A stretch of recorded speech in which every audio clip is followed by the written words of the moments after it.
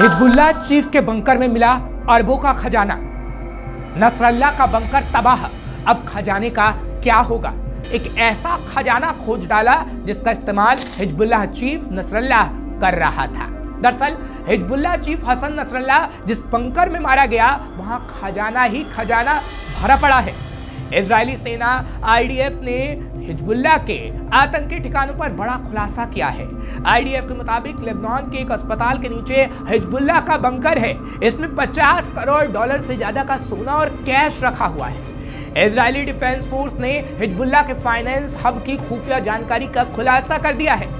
Israel का दावा है कि ये सीक्रेट बंकर बेरूत के बीचों बीच अल साहिल अस्पताल के नीचे है। यह हसन नसरल्लाह का बंकर है जहां अरबों के गोल्ड और कैश रखे हुए हैं। दरअसल इजराइल ने बड़ा खुलासा करते हुए कहा है कि साउथ बेरूत के अल साहिल अस्पताल के नीचे बंकर बना है। यह मारे गए हिजबुल्लाह चीफ हसन नसरल्लाह का बंकर है।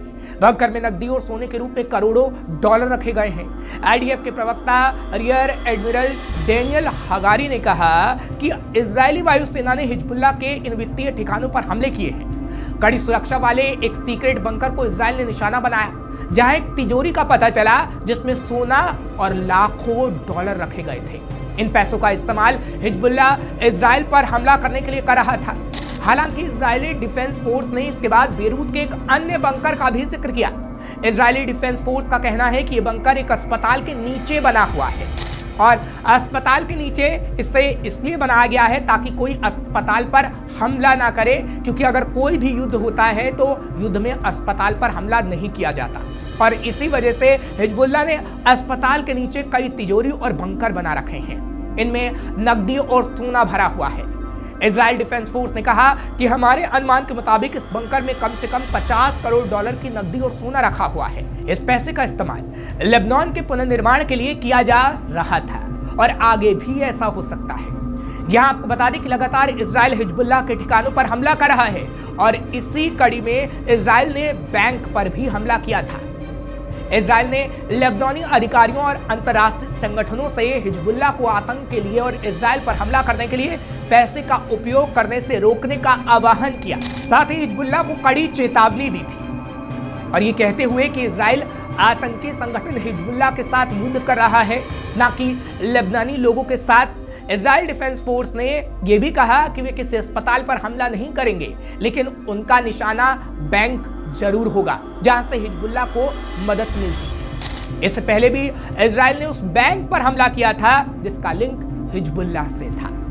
यहां आपको यह भी बता दें कि इजराइल ने हमास को खत्म करने और संगठन द्वारा बंधक बनाए गए दर्जनों लोगों को मुक्त कराने का संकल्प लिया है और इसी कड़ी में वो हमास और हिजबुल्लाह के ठिकानों पर हमला कर रहा है। हालांकि हिजबुल्लाह ने भी इसी मंगलवार को मध्य इजराइल में कई रॉकेट दागे, जिससे देश के सबसे घनी आबादी वाले इलाकों में हवाई हमले के सायरन बजने लगे। इजरायली सेना ने कहा कि लेबनान से इजराइल में 5 रॉकेट दागे गए और इसमें से ज्यादातर को एंटी मिसाइल सिस्टम ने हवा में ही नष्ट कर दिया है। एक रॉकेट खुले क्षेत्र में गिरा। रॉकेट हमले ऐसे समय में हुए जब इजराइल ने लेबनान में हमले तेज करने के साथ ही हिजबुल्लाह द्वारा संचालित एक वित्तीय संस्थान यानी बैंक को निशाना बनाया। फिलहाल हिजबुल्लाह और हमास पर इजराइल के हमले जारी हैं और पिछले 1 साल से खासकर 30 जुलाई के बाद से इजराइल की रणनीति में हमास और हिजबुल्लाह के बड़े नेताओं को मारना एक आम तरीका बन गया है ताकि दुश्मन कमजोर हो सके। और इजराइल की ये रणनीति आखिर कितनी कामयाब होगी ये तो आगे आने वाला वक्त ही बता पाएगा।